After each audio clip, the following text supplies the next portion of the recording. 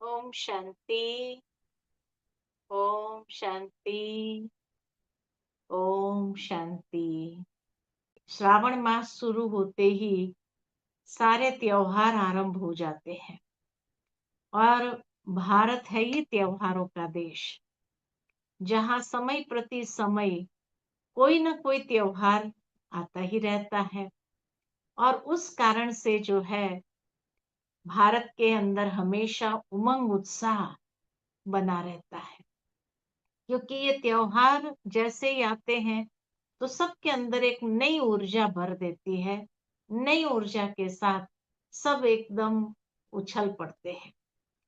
ऐसे ही हमारा ये पावन त्योहार, रक्षाबंधन का त्योहार, मैं कहूंगी ये सबसे पावन त्योहार है, क्योंकि इसमें एक पवित्र रिश्ते की बात है। लेकिन आज जो टॉपिक दिया है, संस्कारों की रक्षा की बात है।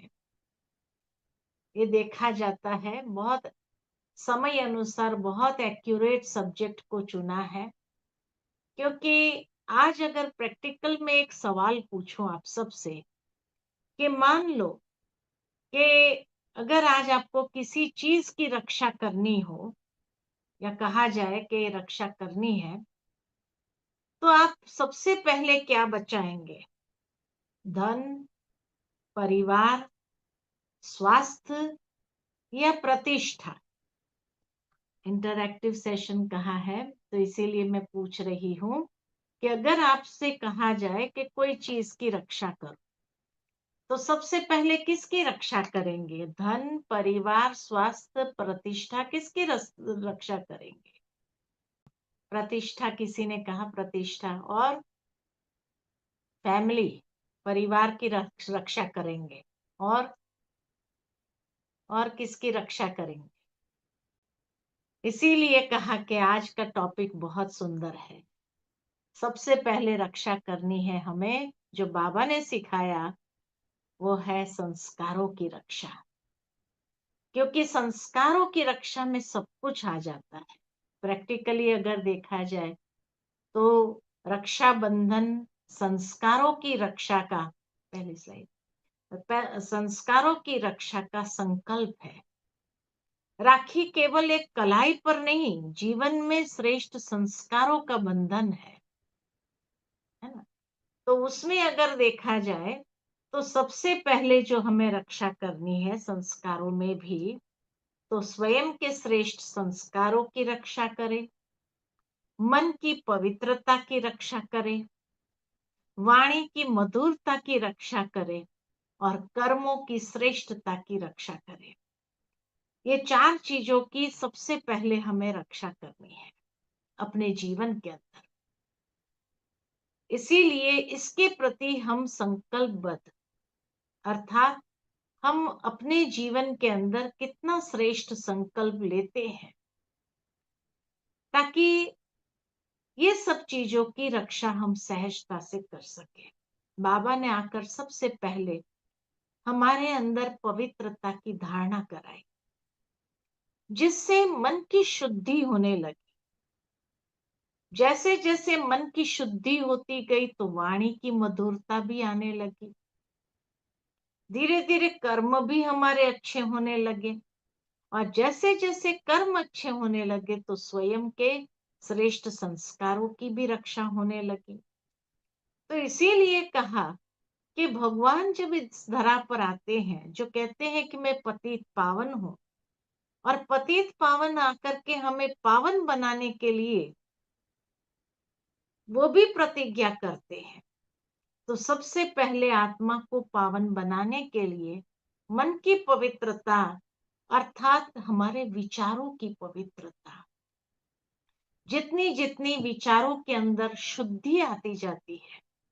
आज मनुष्य के विचारों के अंदर ही अशुद्धि है, और इसीलिए जहां विचारों के अंदर अशुद्धि आती है, मन की पवित्रता नहीं, तो वाणी के अंदर भी मधुरता नहीं रही, कर्मों में भी जो श्रेष्ठता आनी चाहिए वो नहीं रही, और इसीलिए श्रेष्ठ संस्कार भी गायब हो गए जीवन से।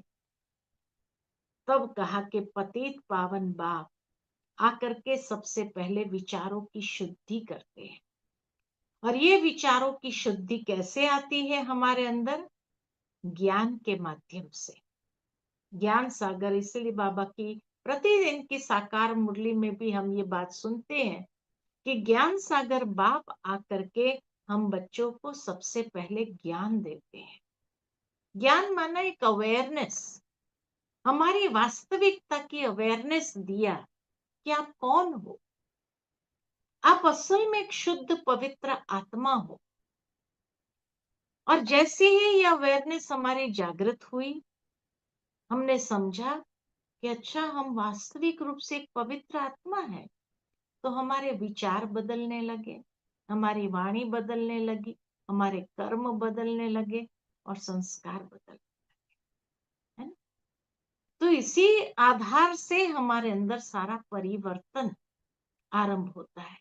ज्ञान माना समझ, समझ दी बाबा ने हम बच्चों को। इसीलिए वास्तविक अर्थ रक्षाबंधन का क्या है?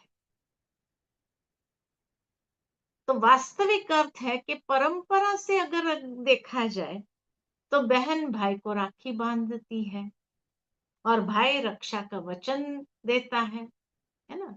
ये परंपरा है जो आज की दुनिया में चला। लेकिन वास्तव में अगर देखा जाए तो ये परंपरा भी आरंभ कहाँ से हुई? तो कहा जाता कि सबसे पहले पौराणिक कथा जो आती है उसमें है कि सबसे पहले इंद्र राजा युद्ध पर गए थे।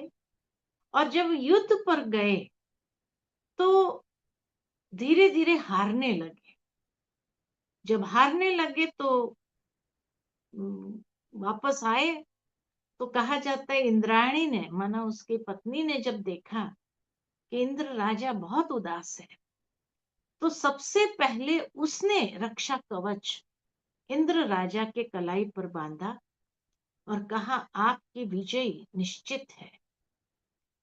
ऐसे करके उसको युद्ध मैदान में भेजा और उस रक्षा सूत्र बांधने से सचमुच उसकी विजय हो गई। तो ये एक पवित्र संबंध का प्रतीक था कि कैसे इंद्रायणी ने इंद्र राजा को ये राखी के सूत्र, रक्षा सूत्र सबसे पहले बांधा। फिर उसको प्रैक्टिकल त्योहार के रूप में जब लाए तो कहा कि भाई, ऐसा आशीर्वाद देने वाला तो एक ब्राह्मण ही होता है। और इसीलिए तब से लेकर के समाज के अंदर ब्राह्मण लोग बांधने लगे और ब्राह्मण लोग जाते थे बांधने के लिए लोगों को ये रक्षा सूत्र, ताकि भाई हरेक के जीवन के अंदर अनेक प्रकार की मर्यादाओं की रक्षा कर सके। जो उनके जीवन की श्रेष्ठ मर्यादाएं हैं वो मर्यादाओं की रक्षा करे। उसके लिए ब्राह्मण ने सबसे पहले रक्षा सूत्र बांधा।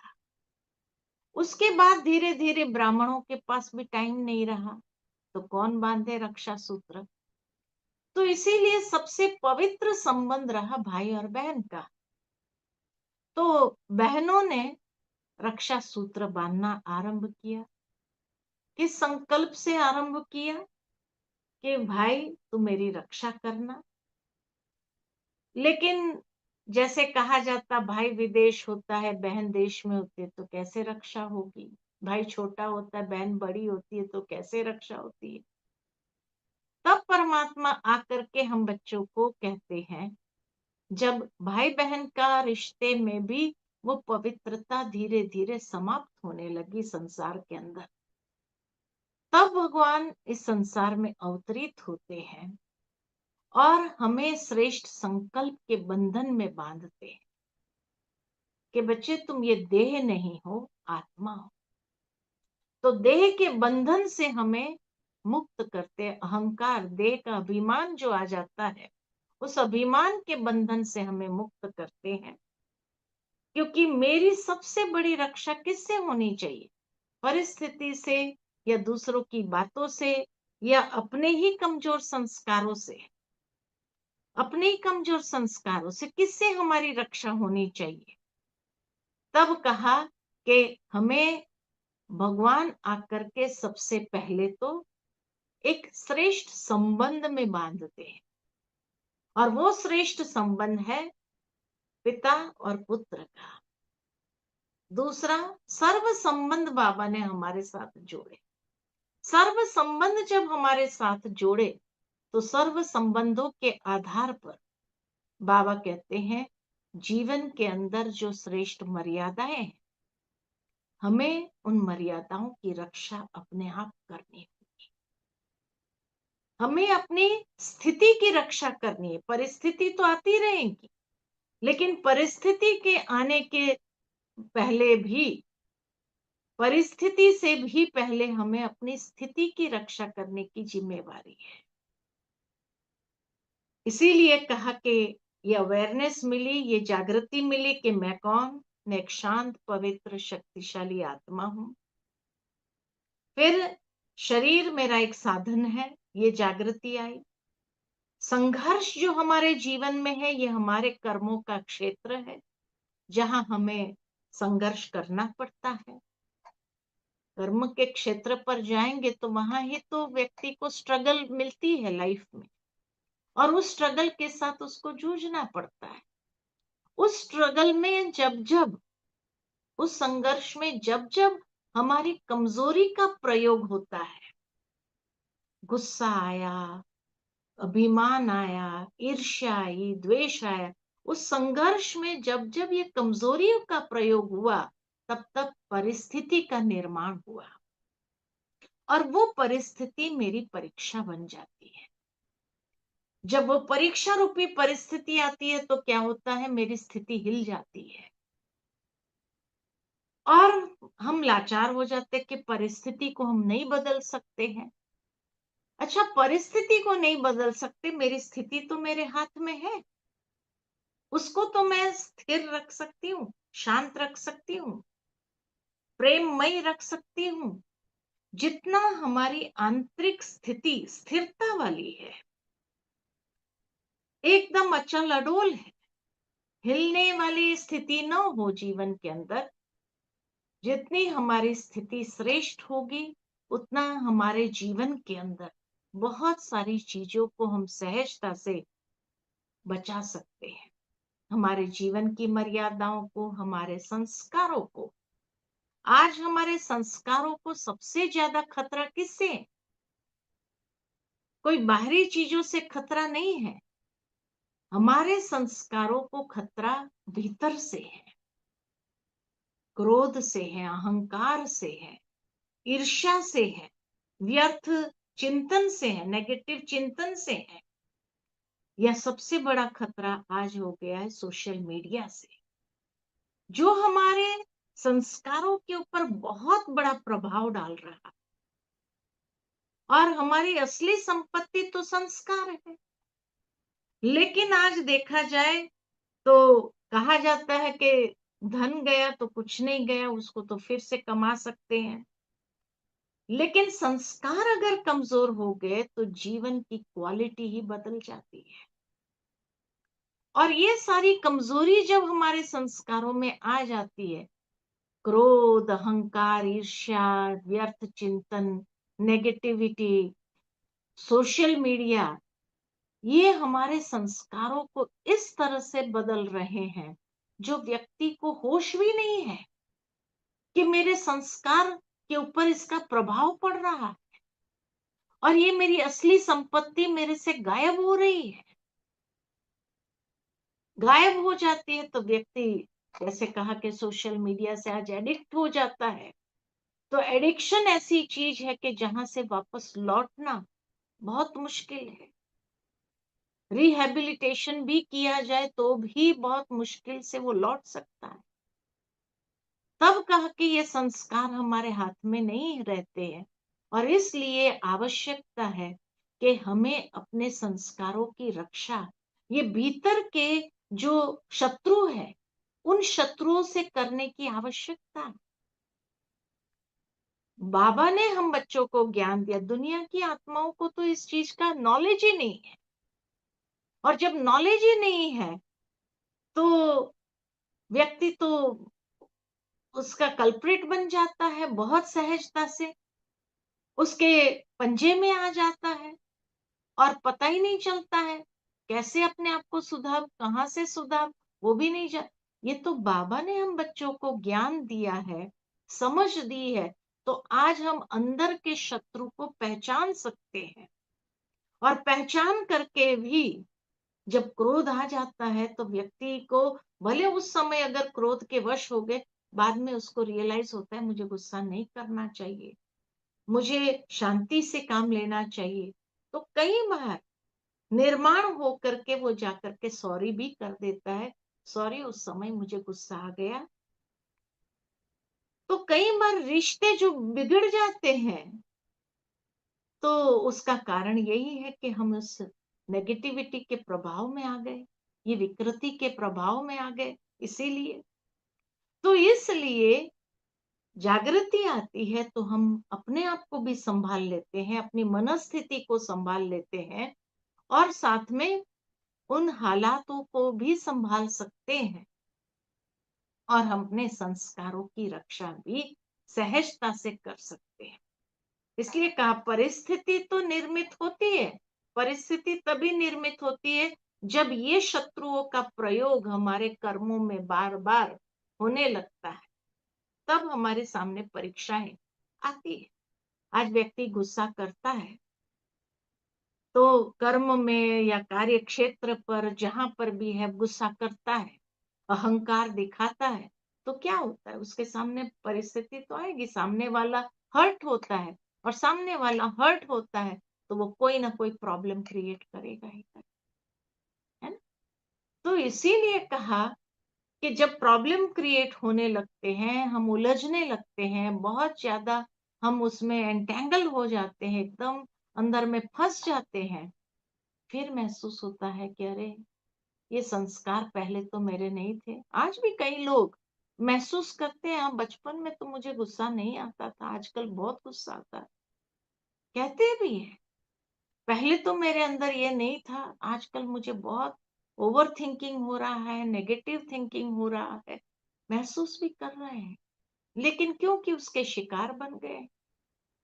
तब बाबा हम बच्चों को कहते हैं कि ये ओवर थिंकिंग से भी, ये नेगेटिव थिंकिंग से भी अपने को बचाना है, तो पॉजिटिव थिंकिंग का जो स्रोत है उसके साथ मन को एंगेज करना शुरू करो। तब कहा कि हमारे संस्कार बनते कैसे हैं, कोई भी संस्कार बनते कैसे, पहले तो विचार आता है, संकल्प पहली चीज है।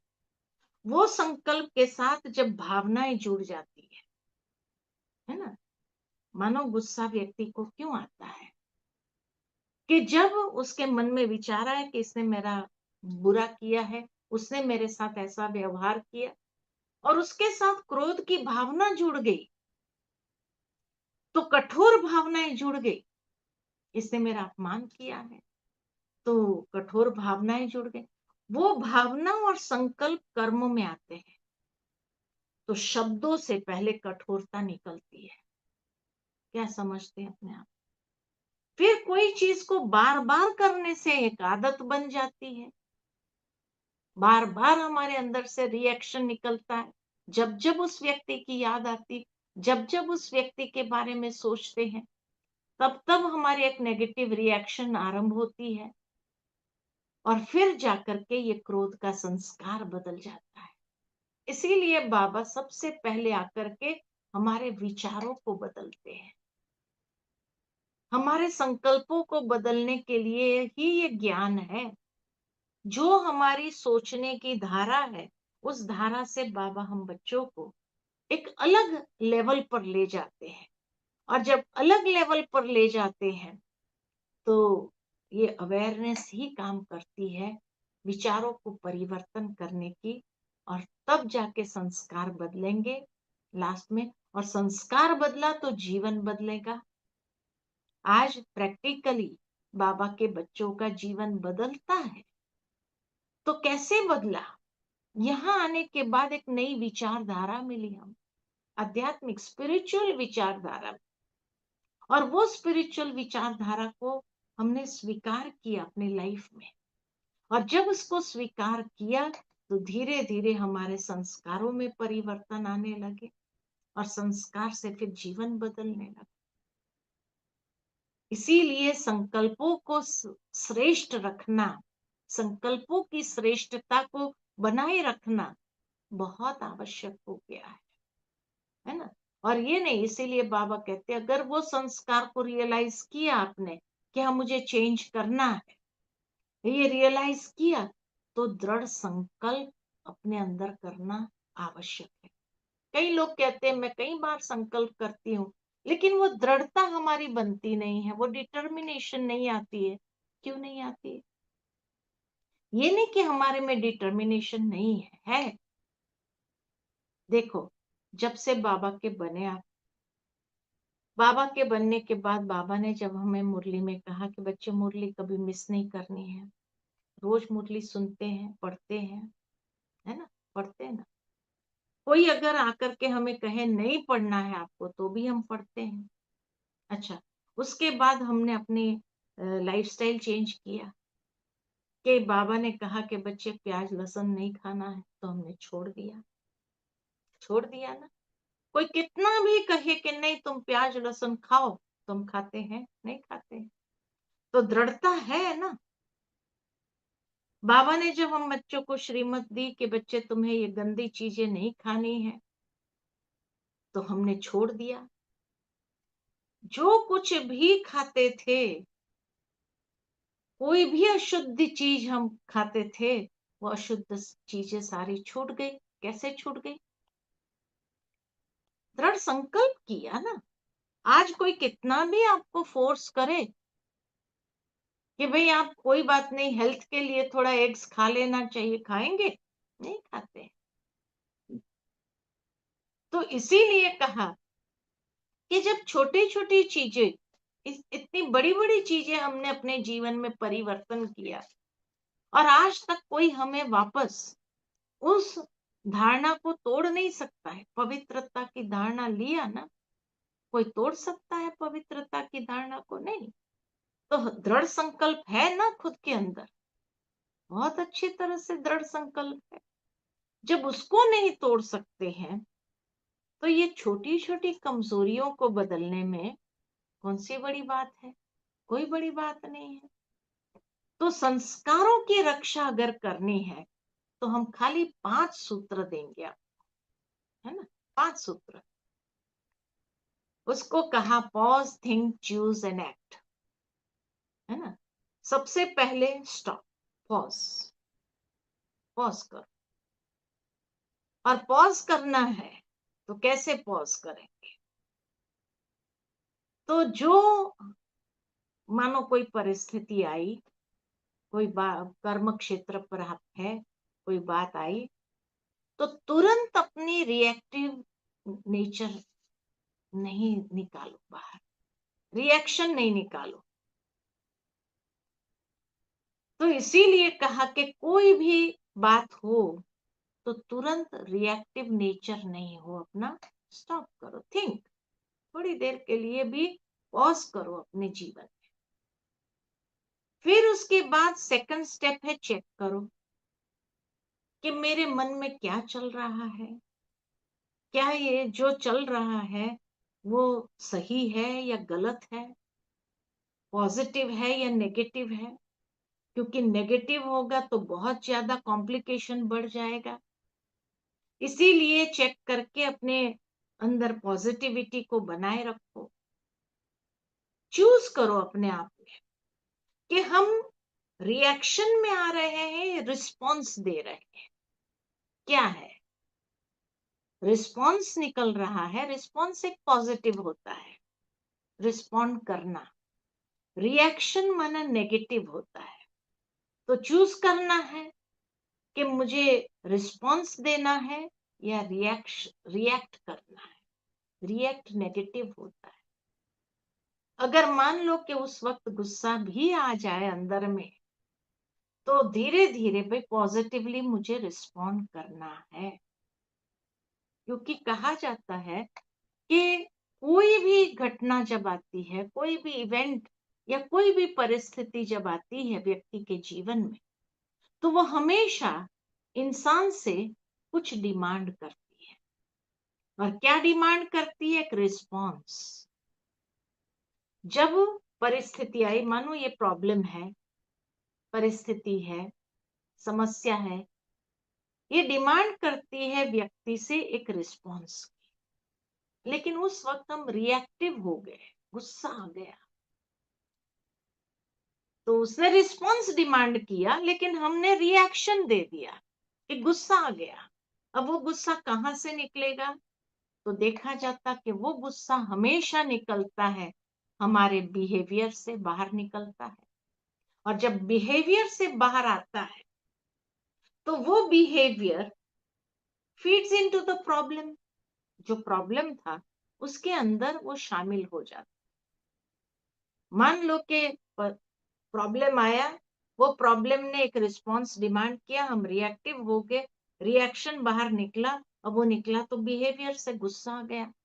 तो गुस्सा कहाँ से निकलेगा? वाणी से निकलेगा, हाथों से निकलेगा कि थप्पड़ मार दिया किसी को। अब ये जो बिहेवियर रहा, ये जो नेगेटिव वचन निकलने लगे, वो नेगेटिव वचन जाकर के उस प्रॉब्लम में शामिल हो जाता है, उस प्रॉब्लम में मिल जाता है। तो ये प्रॉब्लम उलझेगा या सुलझेगा? और ज्यादा कॉम्प्लिकेटेड हो जाएगा। सुलझा तो नहीं, सॉल्यूशन तो नहीं मिला। So again it demands a response. वो कहता है अब फिर से देखो, second time I am giving you a chance, second time आप रिस्पॉन्ड करो। और ज्यादा मुझे गुस्सा आ जाता है, इतनी बात भी नहीं समझते हैं। और फिर वो बिहेवियर से बाहर निकलता है, फिर वो जाके प्रॉब्लम में सॉल्व शामिल हो जाता है। तो ये प्रॉब्लम जो इतनी छोटी थी, धीरे धीरे धीरे धीरे बढ़ते बढ़ते बढ़ते बढ़ते एक माउंटेन बन जाती है। इसलिए कहा जाता है टर्निंग माउंटेन मोल हिल्स इनटू माउंटेन्स। राई का पहाड़ बना देना। किसने बनाया? क्योंकि मुझे रिस्पॉन्ड करना नहीं आया, तभी बना। इसीलिए कहा पहले स्टॉप, चेक, रिस्पॉन्स है या रिएक्शन है, चूज करो। फिर अभी मुझे क्या लेना है, चेंज कर दो अपने व्यवहार में, पॉजिटिव हो जाए। और तब जाकर के उस परिस्थिति में हम अपने श्रेष्ठ संस्कारों को प्रकट कर सकते हैं। और जब वो प्रकट होते हैं तो ये प्रॉब्लम प्रॉब्लम ही नहीं रहेगा, रिजॉल्व हो जाएगा। जब प्रॉब्लम प्रॉब्लम आया, उसने रिस्पॉन्स मांगा, नेगेटिव के बजाय उस समय मैंने चेक किया और चेंज कर दिया अपने अंदर। इसलिए कहा जाता है check and change, check, choose and change and then create. ये 4 C's माना जाता है। चेक, चूज, रिस्पॉन्स चूज करना है मुझे, कैसे मैं बहुत प्रेम से, मधुरता से ये चूज करना है मुझे। चेंज कर दो अपने व्यवहार को। वो व्यवहार जाकर के उस प्रॉब्लम में शामिल होगा, पॉजिटिव, तो एक राउंड में ही सुलझ जाता है। टर्निंग माउंटेन्स इनटू मोल हिल्स, पहाड़ का राई बना दिया। या तो राई का पहाड़ बनाओ या पहाड़ के राई बनाओ, किसके हाथ में है? मेरे हाथ में है ना। और वहां मेरे संस्कार बहुत बड़ा रोल प्ले करता है। राई का पहाड़ बना, पहाड़ का राई बनाना है तो भी हमारे पॉजिटिव संस्कार जो है वो रोल प्ले करता है। क्योंकि ये संस्कार ही हमें मोटिवेट कर देता है अंदर से, पॉजिटिवली या नेगेटिवली रिस्पॉन्ड करने के लिए या रिएक्ट करने के लिए। इसलिए कहा stop, pause, check, choose, change and create. मेरे हाथ में है कि मुझे कौन सा रिस्पॉन्स क्रिएट करना है, ये मेरे हाथ में है। I am the creator. इसलिए इस राखी में एक आंतरिक संकल्प लेना है। सबसे पहला संकल्प हमें यही लेना है, मैं क्रोध से अपनी रक्षा करूंगा या करूंगी। दूसरी राखी हमें बांधनी है, मैं व्यर्थ विचारों से अपनी रक्षा करूंगी या करूंगा। तीसरी राखी बांधने में अपनी वाणी की मधुरता की रक्षा करूंगा। हम देवकुल की आत्माएं हैं। देवकुल वाली आत्माएं वो कैसी वाणी बोलेंगे। चौथी राखी में संबंधों की पवित्रता की रक्षा करूंगी या करूंगा। मेरे संबंध में इनोसेंस, निर्मलता, एकदम प्योर वाइब्रेशंस हो। और पांचवी है कि मैं अपनी आत्मिक स्थिति की रक्षा करूं। मैं अपनी मनस्थिति को बहुत जल्दी खत्म नहीं होने दूंगा। कितनी मेहनत लगी है हमें उसको ऊपर तक ले जाने की, वहां से एक सेकंड में नीचे गिरना नहीं है मुझे। इसीलिए ये 5 राखी अपने आप से बांधना है, तब जाकर के हमारे संस्कारों की रक्षा होगी।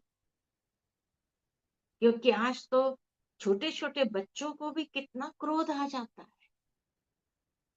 पहली राखी भी नहीं है उनके पास। सोचो, ये सोशल मीडिया के द्वारा व्यर्थ विचार कितने चलते हैं। कई बार माँ बाप शिकायत करते हैं, हमारे बच्चे को हम कैसे बचाएं सोशल मीडिया से। इतना उनका नेगेटिव बिहेवियर हो गया, व्यर्थ चिंतन हो गया है, उनकी वाणी ऐसी हो गई, नो रिस्पेक्ट, अपने बड़ों के प्रति रिस्पेक्ट नहीं है, छोटों के साथ प्यार नहीं है, और इसीलिए बहुत जल्दी इंडिपेंडेंट हो जाना चाहते हैं, संबंधों में रहना नहीं चाहते। और फिर उनकी आत्मिक स्थिति डिप्रेशन वाली हो जाती है। अकेले हैं, अकेले होने के कारण जो है उनको बार बार डिप्रेशन का शिकार आते हैं। परिवार के अंदर जब रक्षा करते हैं, हमारे संस्कारों की रक्षा है, हमारी मनस्थिति की रक्षा है, तो देखो कितना सुंदर वो परिवार है। और जहाँ एक दूसरे की हूफ मिलती है, एक दूसरे का सपोर्ट मिलता है हमें, तो डिप्रेशन आने की बात ही नहीं है। जहाँ लोनलीनेस है, ओवर थिंकिंग है, वहां तो डिप्रेशन आएगा। तो ये 5 राखी हमें बांधनी है। क्रोध से रक्षा करना है, व्यर्थ विचारों से अपनी वाणी की मधुरता की रक्षा करनी, अपने संबंधों की निर्मलता की रक्षा करनी, और अपने मनस्थिति की, श्रेष्ठ मनस्थिति की रक्षा करने की आवश्यकता है। संबंधों में रक्षा करना कमजोरी नहीं है, ये श्रेष्ठता की रक्षा है। ये एक हाईएस्ट स्थिति की रक्षा करने की बात है। रक्षा का अर्थ केवल दूसरे की रक्षा करना नहीं, लेकिन ये दृष्टि अडॉप्ट करना है कि मैं तुम्हें तुम्हारी कमजोरी से बचाऊंगा। माँ बाप भी जैसे बच्चों को कहते हैं कि हम तुम्हें तुम्हारी कमजोरी से बचाएंगे। यदि कोई व्यक्ति क्रोध करे तो मैं क्रोध से उत्तर नहीं दूंगा, ये है रक्षा। यदि कोई हमारी आलोचना करे, हमारी निंदा करे, हमारे विषय में नेगेटिव बोले, तो मैं अपनी शांति को नहीं खोऊंगा, मैं अपनी शांत मनस्थिति को बना के रखूंगा। तो हमारी कमजोरी से हमें अपनी रक्षा करनी है। यदि कोई गलती करे तो मैं उसकी गलती को अपनी नफरत का कारण नहीं बनने दूंगा, ये है संबंधों की रक्षा। लेकिन उस गलती करते हुए देखते हुए उसके प्रति रहम की भावना रख करके उसको शुभ भावना, शुभ कामना से उसको भी हम परिवर्तन करें, उसकी गलती को भी परिवर्तन कर लेंगे। उसके ऊपर गुस्सा करने के बजाय उस समय उसको शांति से, प्रेम से एक्सेप्ट करते हैं, एज ही इज, एक्सेप्ट कर लिया। तो जहां एक्सेप्टेंस है वहां पर वो व्यक्ति रियलाइज करता है, अरे मैंने इतना गलत किया तो भी उसने मेरे को डांटा नहीं, मेरे ये नहीं किया। तो धीरे धीरे उसके अंदर भी परिवर्तन आएगा।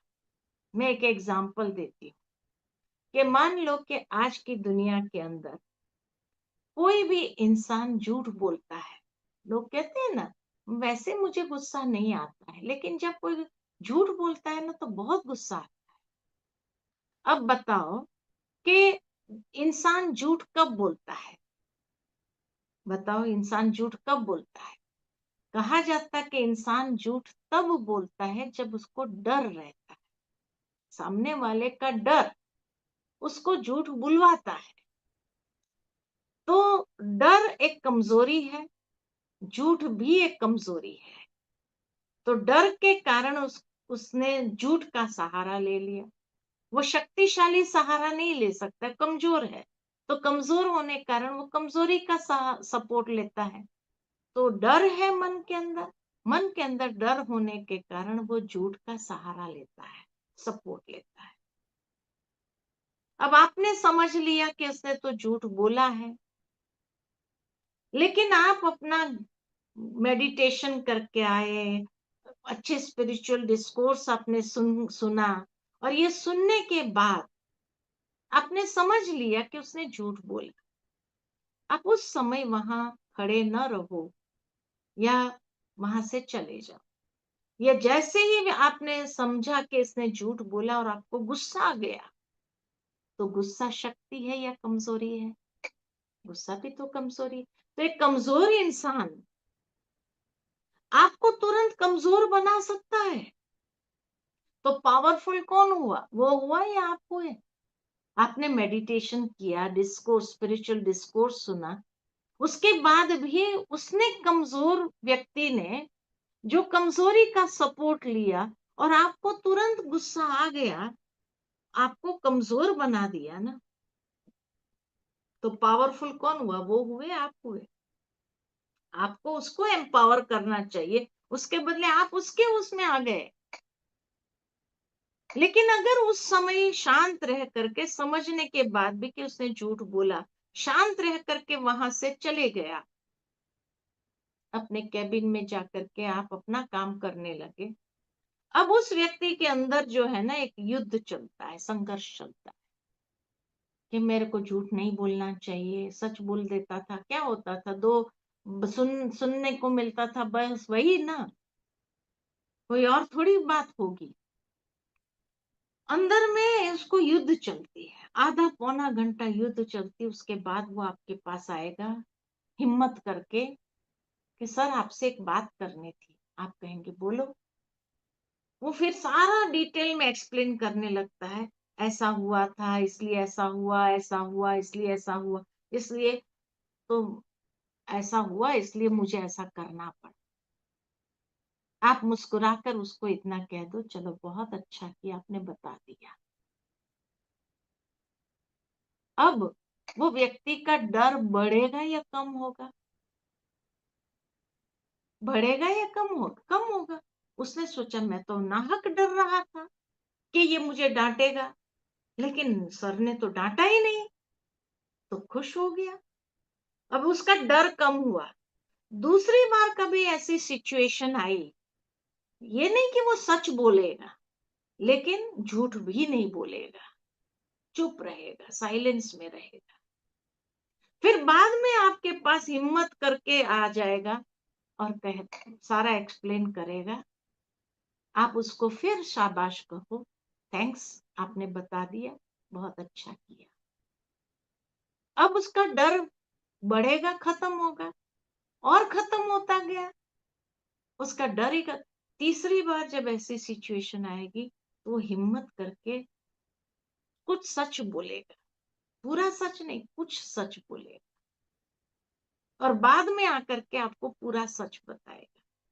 फिर आपने उसको शाबाश किया, तो स्लोली एंड ग्रेजुअली आप उसको एम्पावर कर देते हैं, उसके संस्कारों की भी रक्षा किया।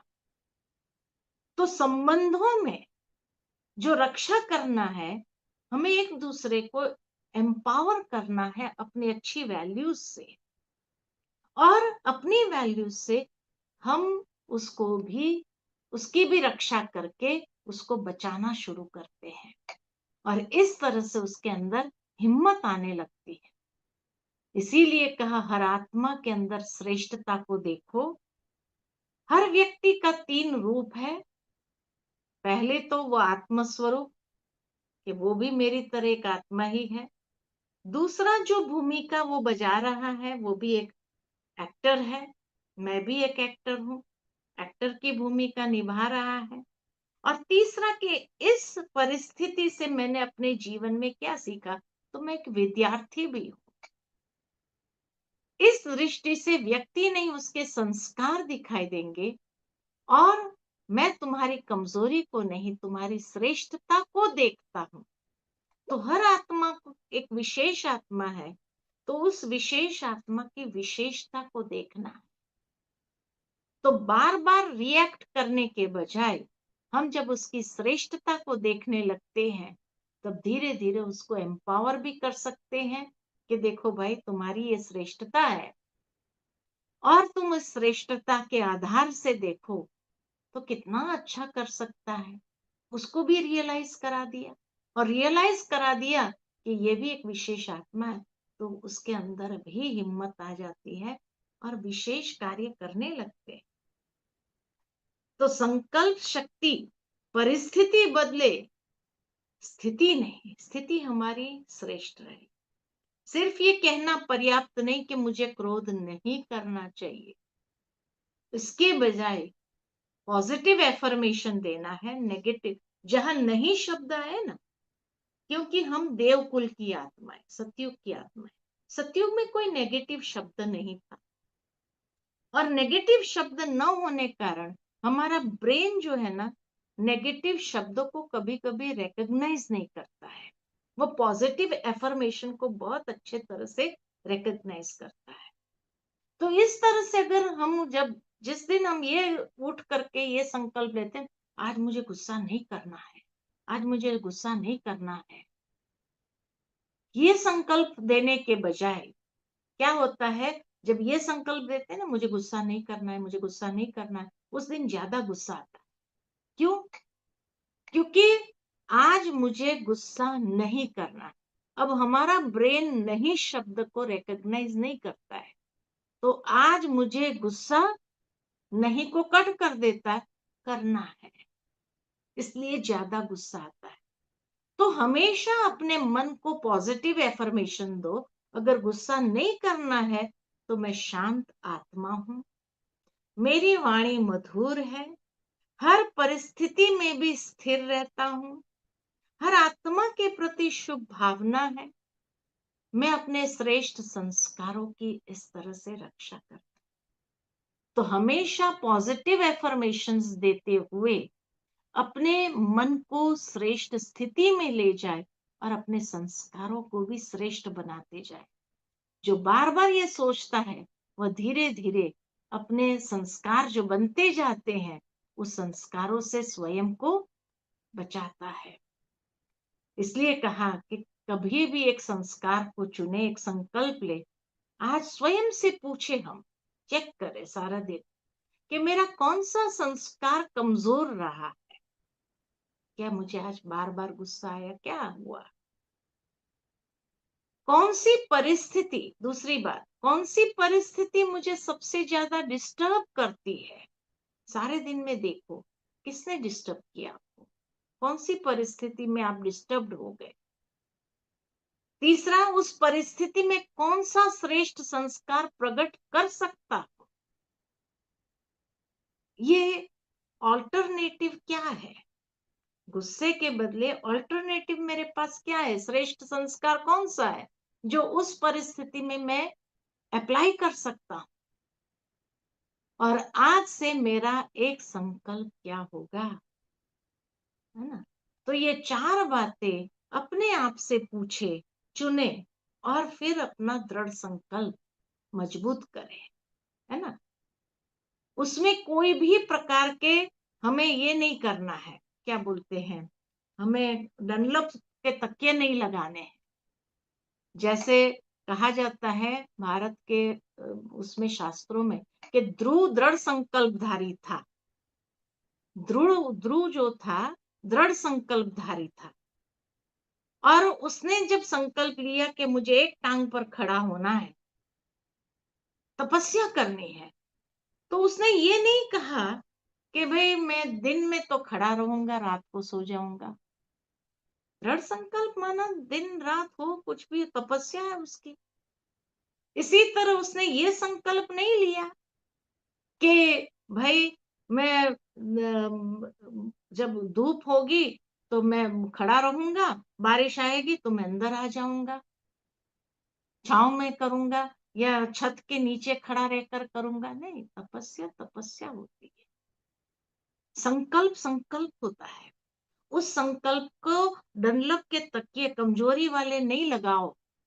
जितना कमजोरी वाले डनलप के तकिए लगाएंगे तो क्या होगा, कहीं ना कहीं हम हिलने लगेंगे, बहुत सहजता से हमारी स्थिति हिल जाएगी। तो इसलिए आज मेरी राखी, मेरा संकल्प, आज मैं स्वयं को राखी बांधता हूँ। सबसे पहली, क्रोध से मुझे रक्षा करनी है, व्यर्थ विचारों से रक्षा करनी है, अहंकार से मुझे अपनी रक्षा करनी है, नकारात्मक दृष्टि से रचना करनी, नेगेटिव विजन से मुझे रक्षा करनी है, और कमजोर संस्कारों से रक्षा करनी है। एक विशेष संकल्प, परिस्थिति चाहे कैसी भी हो, मैं अपने श्रेष्ठ संस्कारों को नहीं छोड़ूंगा। तो ये 5 राखी हमें अपने आप को बांधनी है। जब मैं उसको बांधती हूँ तो जीवन के अंदर परिवर्तन सहजता से आने लगता है। इसीलिए स्वयं के साथ श्रेष्ठ संकल्प हम लेते जाए। 2 मिनट बाबा की याद में बैठे, आत्मिक अनुभव करे, वो श्रेष्ठ संकल्प अपने मन के अंदर ले, जिससे हमारे संस्कारों की श्रेष्ठता सहज हो जाती है। तो आराम से बैठे, अपने आप को मैं एक शांत स्वरूप आत्मा हूं ये अनुभव करें। मैं एक ज्योतिर्मय आत्मा हूं। मेरा मूल संस्कार शांति, पवित्रता, प्रेम और शक्ति है।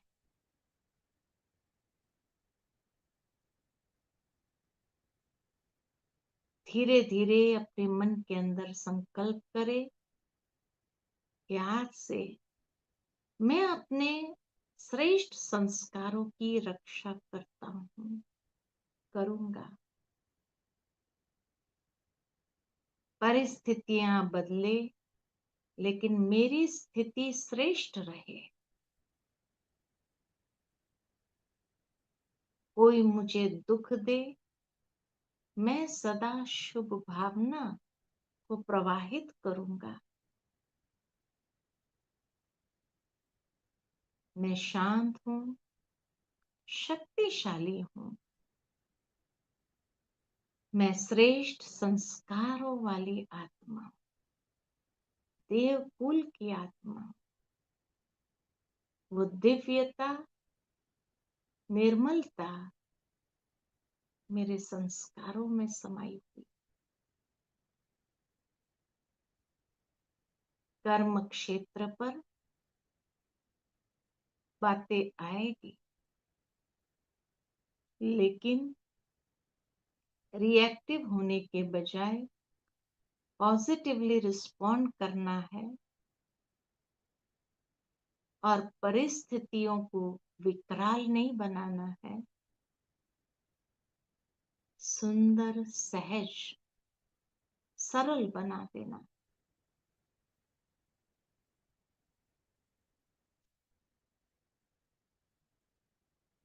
ये रक्षा मुझे अपनी करनी है।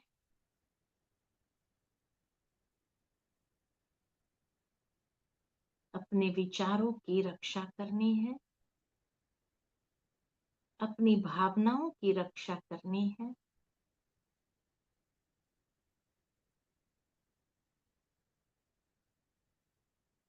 अपने जीवन के मूल्यों की रक्षा करनी है,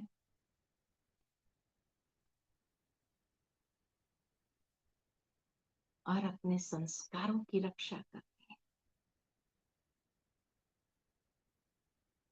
ओम शांति, शांति, शांति।